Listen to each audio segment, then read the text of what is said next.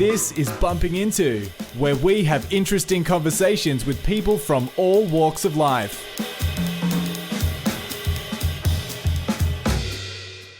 Hi everybody, welcome to Bumping Into. I am your host Francis Populin, and on this episode of the show we are bumping into former AFL star Andrew Rains. Andrew is the son of Jeff Rains, a very famous Richmond Premiership player. Andrew himself has a stellar record. He has spent time, of course, with Richmond, then the Brisbane Lions and also the Gold Coast Suns. So Andrew is well experienced and well qualified to be talking about all things AFL, along with his new program, a one-on-one football coaching program. We are going to go right into a whole bunch of things. I took this opportunity to ask questions that I'd always wondered about the insides of an AFL club or the insides of a professional AFL player. So we're going to be talking about things like the type of training, the intensity of the training, diets, nutrition. You know, are they looking at biohacking or are they still sticking with the mainstream high carbs sort of format of diets? We speak about the differences. Andrew's been fortunate to be part of several clubs, and obviously that's quite a unique insight to see the differences across three different levels of clubs over his playing career. So we're going to talk a bit about that. We're also going to go right through to retiring, how to transition to retiring, what that's actually like. And then we're going to talk about coaching the next generation of players, up-and-coming players. It's a great episode, a lot of information, a lot of insight, straight into the world of a professional AFL player who then went on to do coaching and other things. So I'm really stoked to be able to bring this one to you. I'm sure you're going to enjoy it. So let's go straight into the conversation with Andrew Rains. Hello, mate. G'day, Andrew. How you going? Good, buddy. How are you? Yeah, I'm really good. Thanks very much for your time. No worries. Mate, what I wanted to do, I wanted to go a little bit into your beginnings into the AFL, and then end up on a few broad AFL type questions around the the lifestyle, the training, and the diets and all the rest of it. Yeah, all good. So, well, let's go back to where you grew up. Basically, where was it that it all started for yourself growing up as a kid? So mate, obviously, Dad being in the AFL, VFL back then, Brisbane Bears were started in 1987. I was 1 year of age, moved up to Melbourne, from Melbourne to the Gold Coast. It all started for me at a little club called Palm Beach Crumble, which I'm actually at now. So it's amazing life. You did the full 360 back here and doing a bit of work for the local club here and obviously my own private coaching and do a lot of my sessions out of Palm Beach and live pretty much about a stone's throw away. So it's great part of the world, but it's all where it started for me. So your dad was part of the 1980 Richmond Premiership team, wasn't he? Yeah, correct. That's right. Yeah. So when you come into the game, having that behind you, do you think that creates does it help pave the way or does it create extra pressure? It helps. It's a bit of a twofold thing. You sort of feel like you're got a bit of a foot up in terms of having a father that's played the game, being able to sort of coach you through the physical and mental side of the game. Yep. But then also too is the added expectations that you're always compared to him, and then coming through, it's whether you're going to make it or whether you're not, and whether you're going to be the same type of player or live up to his sort of his levels and such a champion player he was. Not so many people have done what he's done in his career. So it's sort of probably looking back on it, there was a lot of pressure, but when you're in it, you sort of you just got your head down and bum up and ready to work and not really worried about your last name. You sort of know no different. So for me, that was sort of my mindset. And that was always the destination? Like you never, it was always as a kid, this is what I wanted as a career footballer? Pretty much, yeah. Grew up with just a foot in the hand, really. And Dad, I remember going back to sort of where it started for me before. I remember, I think there was no Oz kick back then. I remember Nick, my older brother, started playing around sort of 7 or 8 years of age, and I'm 3 years younger. And he said, I wanted to play with him. He said, you're a bit young. There's no, it only starts at under 8. And I remember, I think I could start around 5 or 6. So I started at 5 or 6 and had 3 years in the under 8. So I sort of went straight into it, and ever since then I just fell in love with it. And do you remember turning up at Richmond the first day? Is that a daunting thing to be like, you've got the gig, you turn up and it's your first day at this new club, big expectations. It's a massive club, even though it was part of the they were chasing a premiership for so long, for so many years. And did you feel that weight? I suppose it's a bit of a. I don't know. When you're reflecting, you're a bit older. You sort of look back and go, "Wow!" Like I went down as a 17-year-old. I was a bottom age draft. Back then, you could get drafted at 17. So I just finished school. I was funny enough, that's the week of this recording, or as I'm speaking at school this week, and it was 19 years ago for me. And as soon as school finished, I got on a plane and went to Melbourne. Obviously, got called out in the draft and the father-son back then. But I could go, at 17 years of age, you could get drafted. So as long as you're born, as long as you're turning 18 before June 30th the year before, I think it is, the year after, you could get drafted. So I put my name in the draft, and obviously Richmond wanted me, and the father-son connection there, which was great. And then rocked up day one, and again, like you sort of just take in your stride a bit. You sort of, you always want to push up and play against, some of the names that you grew up, supporting with Richmond. And, I remember Matthew Richardson walking over to me, and, Richo's obviously a really good friend of mine and played a fair bit of footy with him. But at the time, he was obviously a superstar, and he rocks up and introduced himself as Matthew, and you're like, I know who you are, type of thing. It is a bit daunting, and he's just another person. They're just people at the end of the day. But I suppose it takes about, I always say this too, it takes people probably different times or different periods to be able to adjust. I remember I think it was about still to my fifth or sixth game, I reckon. And again, it might take a few people a bit longer, but I remember still looking around going, far out, I'm playing against, the likes of, James Hurd or Robert Harvey and these top players. And, they're sort of the older brigade when I was coming through. And you look around on the ground, you get a bit starstruck, and then you look around going, geez, I'm on the MCG, for example, you're looking around the grandstand. But then after that, and a bit of maturity sort of kicks in, and a bit more sort of confidence, and you feel like you belong out there. You sort of just know no different. You just play, and I think that's for me. It sort of happened in the sort of second, third year. I took that on board and sort of ran with it. Because it definitely would be daunting. I mean, these are heroes you've seen on TV, and now you're expected to go up against them.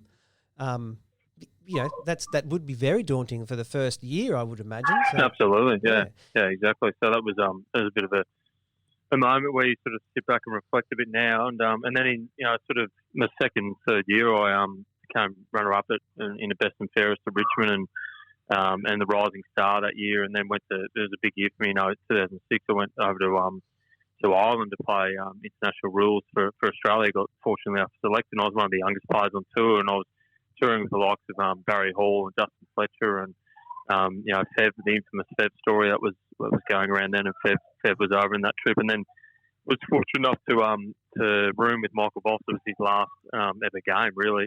He wanted to play international rules before he finished, and got to room with him, and being a Queenslander and looking up the legend not only of Queensland but the sport, and rooming with him again only in my second, third year. I'll just look back and go, geez, that's just crazy. But it's something that sort of just at the time I just adapted to, and it was amazing. Well, you're quite fortunate too, because you've had the multi-club experience. So you've started at the heart of it, Victoria, Richmond, a big team, and then you've gone up to Brisbane, and then you've gone to the Suns. So in terms of experiencing things, you've experienced the different cultures, the changing teams. And I'm curious, because did you notice a big difference in many aspects going from club to club? Was there walking out of one door and into the next going, oh, geez, I didn't expect this is how this would be here? Yeah, it was. I often think about that. It's great to be a one club player. That's the pros of being a one club player. And if you go on and play, many games and become a club legend, it's just incredible. But at the same time, too, I reflect back and go, I was lucky enough to play in 3 clubs, and 2 of those clubs obviously well established in Brisbane and Richmond, and premiership clubs, and the likes of some of the club legends that you sort of get to sort of mingle with and play with play in front of passionate supporters. That's an incredible experience, and I think too, playing in Queensland, which is my home state, and a non-dominant AFL state in that, but then a real traditional and one of the biggest clubs in the league, if not biggest sporting clubs in Australia, is in Richmond. just an incredible experience. So yeah, it was it grew me as a not only player, as a person, and then now I feel like I'm quite worldly, Yeah. as a football person. Absolutely, yeah, definitely. That's a lot more experience builds character, and in that then becomes knowledge that you pass on. I remember even when I'm sure it was when Lynch left the Suns to go to Richmond, and I remember reading a comment that stuck with me. And he said something along the lines of, I noticed the difference straight away walking in the doors. The hallway was lined with all of the legends and all of the past players, and I got an immediate sense of responsibility that I must perform at the next level now. And it struck me that because I thought, geez, that's an interesting thing that obviously comes with time and history, that the Suns, they obviously they're struggling or don't have the time behind them yet to create that feeling for players. No, it's spot on. And again, Lynchy, I'll probably sort of, back up his words. I don't know the exact quote, but, playing and working at the Suns for sort of 6 years and being involved in the club. And I'm pretty passionate about the Gold Coast football and hopefully the Suns can go really well in the future. But he's right. It's sort of you walk in and being a draftee, you must go into that club. And no wonder they sort of want to, unfortunately sort of leave. I don't sort of, there's two sides to it. So I get the players want to play in a big club and all that sort of stuff. But at the same time too, is they're going to make incredible opportunity at these startup clubs in the Giants or Suns or even just a non-dominant football sort of state in Queensland, even the Lions, for example. But to play and try and build your own culture and absolutely, become a hero. I think that they've probably got to change that mindset. But Lynchy's right too. On the flip side, you just don't. You sort of go in. It feels a bit. What's the word? It sort of feels a bit sort of. Like there's no the feel of somewhere in the atmosphere of walking. Instead, you got premiership cups around you and club legends. Walking to Richmond, you got Francis Burks. Or Jack Dyer statue out front and things like that, and it's just totally different feeling. So you realise you're representing a massive club, so it is a different mindset. Yeah, but that you bang on with, and I've thought that with the Suns is they need to play on that. You're the pioneer. You're here to create the legends. Exactly. You're not turning up in the footsteps of others. You're blazing the trail, and that's a unique opportunity. You can't get that everywhere, and they're still in a position to do that. Yeah, and I think the Lions were able to do that. You could argue they had the Fitzroy background, but the Bears, and that's what I think my dad's proud of that he pioneered the Bears, and they became, obviously they went up the road and became the Brisbane Bears at the Gabba, and then the Lions, but they pioneered that, and then what those guys did in the early 2000s is incredible. And now you walk into the Lions, it's not quite like Richmond, but it's got some flavour and it's got some some backbone in the history. Yeah, for sure. The one thing I've wondered, the training that at a top tier level, I mean, how brutal, if you were to come from being drafted, for example, you've come into the AFL, is the level of training day by day, is that a huge shock compared to what you would have been doing the year before? Yeah, massively. They used to throw us in the deep end. I think these days they don't. They look after because of all the soft tissue. Not soft tissue, more the stress injuries in backs and little stress fractures in feet or legs or whatever. They really pull back the young guys in their first pre-season. But it was the opposite with us. They had the mindset, it was a bit old school. I think I was on the back end of that old school approach where they were trying to get more into us because they knew we were trying to play catch up. So I remember my first pre-season at Richmond, the same day as I said before, that Richo came over and introduced himself as Matthew, and I was just in awe of some of the players that I grew up barracking for and supporting and watching, and we did 800s that day, 800 metre sort of time trials, and that was horrendous. I remember just nearly wanting to sort of vomit and all sorts of things afterwards. But and then went in for a massive boxing session straight afterwards with boxing with the likes of Wayne Campbell and Kane Johnson and these sort of tough players of Richmond back then, and getting the living daylights punched out of you. It was that old school sort of approach. It was like, welcome to AFL football. I'll never forget I was sleeping better my first night of training. So there's an example of my first ever day where these days they'd be lucky to sort of complete 2 or 3 Ks in a session. So they get it there over time, but it was a bit of a different approach. And are these guys doing a 5-day of training? Is it that intense? It's basically like turning up to a normal job, but your job is just to train every day. Yeah, it's probably, again, with the training wise, it's probably a bit of a different approach now when the young guys come through. They've actually got it. They're so professional, the kids these days, and no wonder they put so much time. It's probably more mental. They put more mental pressure on the kids these days. Where when I started, I remember it was obviously still full time, and again, I was back into that old school sort of approach, early 2000s, where it was professional, but nothing like what it was now. But there's probably more so. You know, you train, but then you sort of, your in-between days weren't loaded with much. You might come in, you know, do weights or a flexibility session, bit of yoga or whatever, and that probably, these days they're doing so many meetings, or they're doing sort of like development sessions with, you know, their mindset or nutrition or whatever it is. It's fully loaded, so you can understand that there's a lot to get their heads around. So we're probably more physically combative and or you know, sort of introduced to a program more physically, but then I think these days they're probably more mentally introduced to it. And jumping on the nutrition, because that's one thing I've often wondered with these the players, how strict, you know, does the club say to them, look, this is the diet, this is what you're eating, this is that? Is it right down to every meal that these guys, it's all calculated exactly, or is it? It is. It's a bit of both. It's probably a bit of a misperception. I can open the lid on it a bit in my front. It's going to be maybe a bit surprised my answer, but I still believe that they're not quite at the level in terms of what they do. It's very generic, and I'm probably fortunate. My wife's in nutritional health, so she's a nutritionist herself, and I was pretty lucky that my last couple of years she finished that degree, and I was sort of following a fair bit of her stuff, and I had to go and seek sort of more private stuff through her to get actually more individualised specific stuff. Like a lot of the sports drinks these days are you know, loaded with sugar and all this sort of stuff that can really be heavy on your stomach and your acidity levels. Yep. So I found that really you know, sort of it wasn't beneficial at all for me. So I changed to something like coconut water, where there's more of a natural sort of electrolytes in the system, and adding that, probably going a bit more depth here, and something sounds like I'm passionate about. But then I'd add some salts in that, and to make sure I'm getting my sodium levels right. So I was probably speaking to someone who is very right into individualised. Now, don't get me wrong, they're onto it, but at the same time, I feel like it's very generic based. You know, I think an article came out the other day where a dietitian came out and said they load and pull up with pizzas and chips and stuff like after games. Where I wouldn't do that. I'd actually put.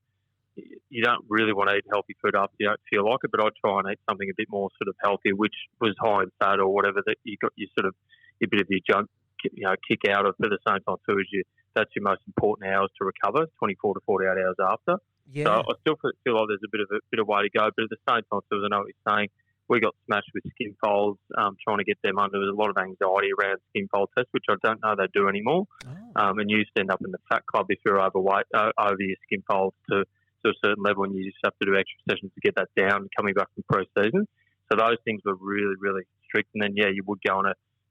You're right, everything's calculated, everything's carbs in, carbs out type of thing, calories in, calories out, I should say. So that's they're very strict on that sort of stuff, but I feel like there's a fair bit to go in terms of individualised specification stuff. Yeah, no, you're right. And I've often thought that too. I mean, especially now where you've got, you know, guys like Dave Asprey and who did have the bulletproof diet and all the rest of it, where they're pushing the opposite approach. And then when you see people do it, they're getting big gains and they're getting that edge, and they are and less inflammation. Yeah, well, I know Gary Ablett, when I rocked up the Suns, he was doing the paleo sort of diet, and that was the club would never, you know, they're a bit more sort of again a bit more generic based. They would never probably prescribe it to a younger fella, but Gaz knew what he was obviously doing. His record speaks for himself, and again, I was a bit more that way inclined to it. Probably I wasn't paleo, but I was very sort of you know, sort of more, you know, less grains and things like that, where I'd load up more with, you know, sort of more carbohydrate vegetables and sweet potato, and instead of more white carbs, I'll be adding more sort of more LGI stuff. So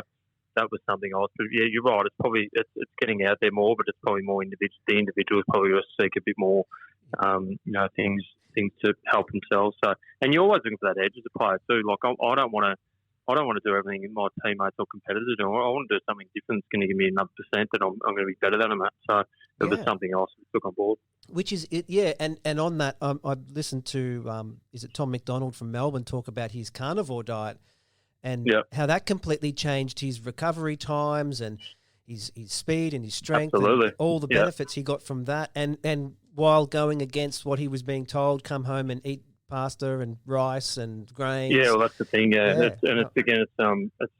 there's a whole probably could spend a whole another episode on that, and probably speaking to the right people in that sort of field. But it's an interesting topic, which is you're right. Yeah, chasing the 1% extra. I bumped into one of the guys that works with the Australian Institute of Sport, particularly around the water sports, and we were talking about supplements and diets and things like sleep monitors and he said, every day I'm getting people come in and they're saying we should buy this gadget, we should buy this ring, we should buy this. And he said to me, he goes, all these young people are coming in, they're chasing that 1%, but none of them are actually really busting a gut on the 99%, which is what's going to make the big difference. Correct. And it was an interesting approach that he was all about. Just go back to the basics and keep pushing and pushing. You can worry about the 1% when we can't push you any further once you've done that. Well, it's the tip of the iceberg stuff. And I talk about with my private coaching business at the moment, and actually being hands-on with a lot of the coaching with kids around sort of 14 to 17 years of age. It's a critical age for these teenagers where they think. So I'll give you an example. You talk about 1%ers or whatever. This is a tiny bit different in terms of 1%ers, but just getting, as you said, the fundamentals right. Is that a lot of these kids think they're going to go and lift huge weights and get big muscles, and I think it's the world of Instagram and Snapchat and whatever these kids are on. Is they're looking at other people thinking, I've got to have big muscles, and that's where I've got to play. I've got to look like this, blah blah blah. And they might be doing 4 or 5 weight sessions a week, but they might only be doing 1 skill session. Now, if you flip that and you go do 4 or 5 skill sessions and maybe 1 weight session and more probably body weight stuff just to get yourself going, get the fundamentals and the foundations right, and then build from there. But again, training over and over repetitive stuff to get your hands right, or do what a Lockie Neal does, I reckon, week in or day in, day out to get your stuff right, it's not sexy and it's not exciting, but it's those sort of 99%, as you said before, that is going to work. And that's what these kids have got to change their mentality about. And that's my job at the moment, trying to change that and get that right. I'll give the example that I went to Richmond at 69, 70 kilos. And I feel like I obviously worked on my foundations and skills coming through, and I obviously would get a lot better when I got there. But at the same time too is then the weights and all that kicked in at 18, 19, 20. And I'll put on in the next 2 or 3 years, I put on 15 kilos and became, I had all the muscles and that in the end, but I didn't need that at 14, 15. I needed to actually get myself drafted by doing the fundamentals right. And you ask recruiters, what are they going to look at? They're going to look at people that do the fundamentals right. They're clean hands. They can kick. Good skill set. Both sides of the bodies, and they've got the skill set. You can work on the muscles later. So that's a good point. That's sort of back to probably more of it's relevant to what you're saying, but it's probably more of a focus of what kids have got to focus on these days, and probably more relevant to what I'm working on at the moment. And are teams looking into, I don't know if you want to use the word alternative things, but things like, hypnosis and all those other little things that tend to work really well for some people to, a lot of it is belief, Cameron Ling used to always, when he used to do more of the commentary, he would often make the thing of saying that ex-player is a star. He just doesn't know it. And that's why he's not going after the ball as hard as he could. Yeah. And do they teams that you know of? I don't think it's, again, mate, I don't think it's teams. I think it's these individuals that seek outside private, specialists. Again, I reckon I sort of etched out another 4 or 5 years in my career, because I was at the crossroads at Richmond at 22. I had the world at my feet really, and coming up sort of middle of my big 3-year contract, and after the Rising Star and second the best and fairest and representing Australia. I think I got 50 games in sort of at the age of 20, so everything was looking pretty rosy for me. And then this massive knee injury where I dislocated my patella and missed ongoing knee injuries related to that specific knee in the next 2 or 3 years. I played 15 games, 15 AFL games in 3 years. So at 25, 26, I was at the crossroads, and the game did a lot of changing around that sort of 2009, 2010 years, where it became that, Clarko and Hawthorn, how they were able to play that press and all that sort of stuff. So the game did change. So I was probably at the crossroads. I felt like I still had a fair bit in me, but I got to sort of 30 and actually had a pretty good career in there. But that was based on me taking my own career into my own hands and actually developing like like my own sort of private team behind me, really, my own sort of resources. So I had this, and my wife was in nutrition, had a great chiropractor in Brisbane who was, sort of very, sort of open-minded and holistic in his approach, and my structure and balance was right. I did some mental work. I sought out a psychotherapist to work on a lot of my stuff, and a sports psychologist and performance specialist. I did a lot of Pilates and stuff like that. So that was when Pilates wasn't cool. Now it's cool. Yeah. And that was right at the start of it. So I had this whole team behind me, and that's what I felt like. But that wasn't supported by the club. I had to go out and do my own, because you think at the time, as much as AFL is an incredible, industry, and there's a lot of specialised people in coaching and the medical world, or even the performance side, they can't cater for 44 blokes. So again, there's not 44 coaches there for 44 players. You need to be able to seek that out yourself and get better, especially when you're at sort of at the crossroads or the middle part of that list, or at the back end of the list. You've got to go out and do it yourself. So that's sort of what I do. And you can see the players these days doing it really well. Tuke Miller's a great example on the Gold Coast who does that. He's got a lot of people that he sees outside the club, and I think the club are happy with it because they're okay with it, because obviously his form speaks sort of a lot of languages, or a lot of words behind what he does. It's interesting, because going back again to Cameron Ling, is he had a story about squash and how he had to improve his step-off speed. And he tried this and tried that, and someone said, you should go and try squash. And the club was like, no, that's too high risk. Anyway, he went and did it on his own bat. And changed his whole game, he reckons. That's incredible. Yeah, no, would have. So actually, I was thinking that the other day with kids, squash would be a really good game for their footwork and their decision to be able to go up and back, and that sort of conditioning element, and obviously the hand-eye stuff. So it's amazing. You've got to seek it out yourself and get better yourself, because at the end of the day, it's your career, and the minute you're not getting a kick or you're not performing, and that goes for any industry, really, doesn't it? You're out the door. So, well, that's the next thing, the retiring transition. So how does that work? I mean, your contract's up, or you announce that, okay, I'm done. That next week you don't turn up to that club. Is that a big thing to get your head around? Quite an adjustment. I was fortunate enough. I probably went through an injury early days. At Richmond, I was fortunate enough. I had so many connections down there, and I formed a great relationship with one of my mates in Melbourne who run a big property development company. So I've sort of got my teeth around property early days, and it's a great game to be in, and especially when you're on sort of good money and that in AFL to invest in the right areas. And he said to me, go do your degree, and if you're interested in property, go and study it. So I went to university and studied it and did 7 years. It took me 7 years, but I was doing that the whole time in my back end of my career. And I think I finished only the day I retired. So it took me sort of to 29, 30 to do and finish. By that time, I did a lot of growing and a lot of realisation, and realised I didn't want to go and just work for a property firm and be behind a desk my whole sort of life. And property is a great career where you can actually do a bit, sort of depends on what level. You can do a bit here and part-time and for yourself. So I've decided to sort of do that. And I've got a good background in that, and I've invested pretty well and got a few things on the go, and that sort of kept me in good stead. But then I fell in love with developing and coaching, and that was my last year at sort of the Suns when they got me on board to sort of do some on-field coaching and playing, and I fell in love with it. And Rocket and Marcus Ashcroft at the time offered me the job of heading up the Talent Academy as head coach of a really important program to the Queensland development program, and also the Suns. And I was fortunate enough I could transition that way, and I still sort of had, again, some property interest, and then knew a bit about business, and then decided to then form my own private coaching business, which I do today, one-on-one football, and I've been fortunate to have that for 3 or 4 years now. Now it's full-time. So I've transitioned pretty well in comparison to a lot of players, and I've heard a lot of the struggles that people go towards, and I really do understand that, because if you don't have that goal, you don't wake up in the morning, someone's getting you out of bed and you've got to be somewhere, it's a lot easier to fall into that mental health side of things, or what am I good for? Because you've been to such highs. Every AFL game you play, or every game you play, you're on a high. You're young men with high levels of testosterone and competitiveness and all that sort of stuff that you're constantly training, you're fit, you're happy, you're around your mates, and then as soon as that goes, and as I said before, the money's good, and then it goes to $0, and you've got to find your own work and have something to back you up, then it's not there. That can be quite sort of debilitating for a lot of people. So I was fortunate, but I do understand how so many players have suffered.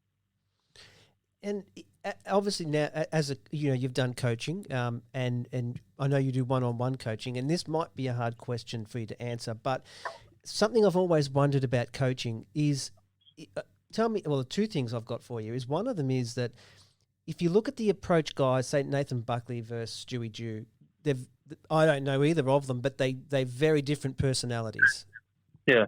And if you're a player, you know, is it a thing of where you sort of need that one approach? You know, if you ended up at Nathan Buckley's team, and I would expect he's going to be very, very hard and very tough. Where I feel like someone like Stewie Dew is going to be more about nurturing and creating that person along a slower path, but it's going to be more a gentle, massaged approach. Yeah. Do you find that it's sometimes the wrong player with the wrong coach can be all that's wrong? Oh, absolutely. I think, and it's just so hard. I understand coaching now that I've put my hat on as a coach, and I mean, to be totally honest, I didn't have the best coaches, and I publicly say this, it doesn't worry me. I don't think I had the best coaches coming through, and I think I needed a really good coach. That if you got a coach that backs you in, you can. I'll use the example of Shane Edwards, for example. Shane's a player that I played with at Richmond, and always had really good talent. Lacked maybe a bit of confidence early days, bit of size, bit of physicality stuff, and probably if he had the wrong coach behind him, he could have gone sort of any different direction. Again, he was always talented, but there's a lot of players with talent. But I did hear stories when I left Richmond, and I didn't discover this myself. Someone told me in the end, I don't believe it, is that apparently Damien Hardwick said to him, Shane, what are you worried about when he went through a bit of these, not crossroads, I shouldn't use that word again, probably just sort of a bit of form fluctuation early days of his career. He said to him, Shane, you're not going to get dropped. We're going to play you. You're a 10-year player. You're going to be a long player of this football club. Just go out and play. I was like, oh, shit. I would love for a coach to say that to me. Yeah, and maybe he needed that, where I was probably more, coaches maybe knew that I was very intrinsically motivated, so I would need someone to give me a challenge or give me a bit of a kick up the bum to get me into gear. So maybe they knew that with me. That's why maybe a coach never said that to me. But I thought it was incredible for Hardwick to back him in, and he became the player that he became because a coach backed him. And I see so many players now that get the list or come out of the competition and they're just not backed, they're not loved, and I don't think coaches need to apologise for that. That's just the way it is. You can't love 44 players or how many on the list. You're going to obviously have a certain warming to certain players, but I feel like it's a very reductionistic approach to coaching. It lacks a bit of sort of holistic approach in terms of once they've got it in for a player, I feel like the coaches in the AFL can still get better at developing and in terms of giving players a chance and realising, shit, he's only 21 years of age. What if we just, massage, as you said, massage him a bit more and get behind him and say, mate, you're going to be here and we back you and we rate you, instead of actually going, no, you're no good and that's why you're out of the team and focusing too much on their weaknesses. So I think there's a fair bit to go there. And again, I've witnessed that a lot in my career. So, that's probably the challenge of coaching. It would be a hard gig. It's a high pressure game, and when you're under pressure, you make mistakes and you don't think as clearly as you could. Correct. And that when you look back at the 2017 Richmond side, I mean, those guys hit the field. They looked happy as Larry. They were relaxed. They were comfortable. They enjoyed it. And then when you saw one of the, I can't remember what year it was, but one of the years where they recently. May have even been last year or the year before, that you could tell there was that tension and there was an expectation and that relaxed enjoyment had gone, and that would alter your decision process so much, which, it's hard to do, which then I've always wondered is when you're watching this, say someone like Luke Hodge as a commentator, he can articulate the game very well. He's watching it as an observer, so he's got no pressure. He purely can see it for what it is, and he'll point out and say, oh, well, this side really just needs to change this, and if they do that and do this, the game can come back. And I've often thought, obviously to look at something as an observer only, there's no weight on your opinion, no consequence that you have to think about. If he was to walk downstairs and say to the players, purely hypothetical, and say, look, this is what you're doing. You're doing this, you're doing that. Yeah. It'd be so interesting to see. It would be, wouldn't it? The effect. Because is it purely that he's got none of that pressure, none of that tension on him, and he can see it for what it is? Well, I think the best coaches, that's what they can do. And I've heard stories of Clarkson and coaches, Hardwick and coaches like that. And they all probably had their moments where they've been under pressure. I know Hardwick and Clarkson have been, but their ability to be able to just, get the group up and get the group, there's nothing to worry about. Your boys are still in there. That's just comes from self-belief. You got to have the right talent. So it's a mix of a lot of things. But coaching's it's an art, and I think especially these days, I use this example a bit recently when talking about trying to give this new generation players feedback. And it sounded like, again, it wasn't the inner sanctum at North Melbourne, but when David Noble, I feel a bit sorry for him, apparently in the early, I think it was around 7 or 8, he went and told a few home truths to a few players, and they didn't like it, and that upset the apple cart. Since then, his demise, was sort of unfolding. Purely got a lot of players offside, and that's a really hard one. I think players still need to be told the truth and laid down the law a bit, but this new generation's a totally different kettle of fish and need to be dealt with a bit differently. Absolutely, yeah, definitely. It's massive difference now in even dealing with people in society. It's so different to being able to have a laugh and not think anything more of it. Now you've got to question what you say, how you say it. So it's a changing environment. So in terms of what you're doing now, tell me if this is wrong. You've got 180 odd coaches on board around Australia. Correct. That's incredible. That's a lot of headaches to manage, and big operation for you to coordinate. But in terms of the reach that you have and the difference that you're making, that's an outstanding. It's amazing. Yeah, it is. So they all act as subcontractors, and it's not a huge. For some coaches, they might get one session every couple of weeks, or some coaches get sort of up to 10 sessions a week. So all depends, and they're subcontractors under my banner. So one-on-one football. So it's an online platform that connects coaches with players or footballers around the country. I'll say that in that terminology or that summary of what we do, that's probably more what we started as. Now we're actually just a platform that connects elite coaching with anything. So with developing coaches, with players, with schools, with football clubs to be able to give them insights into sort of elite level coaching. So we've developed an online platform that connects the coaches, but also we've now got resources in our platform where you can look up drills and insights to coaching resources. So we're growing. We're growing to a robust business that's come through COVID and probably come out the other side with its challenges. But we're growing and we're getting stronger and more reach around the country. So it's very exciting. Yeah. Oh, look, it's good for the sport. It's great for AFL to keep growing. The more that this sort of stuff happens, the better the sport grows, the bigger it gets, the more followers. Exactly. Everyone wins from those sort of things that you're doing. And especially, having that personalised approach, like you were saying, not 40-odd guys, trying to do something. It's things are very different.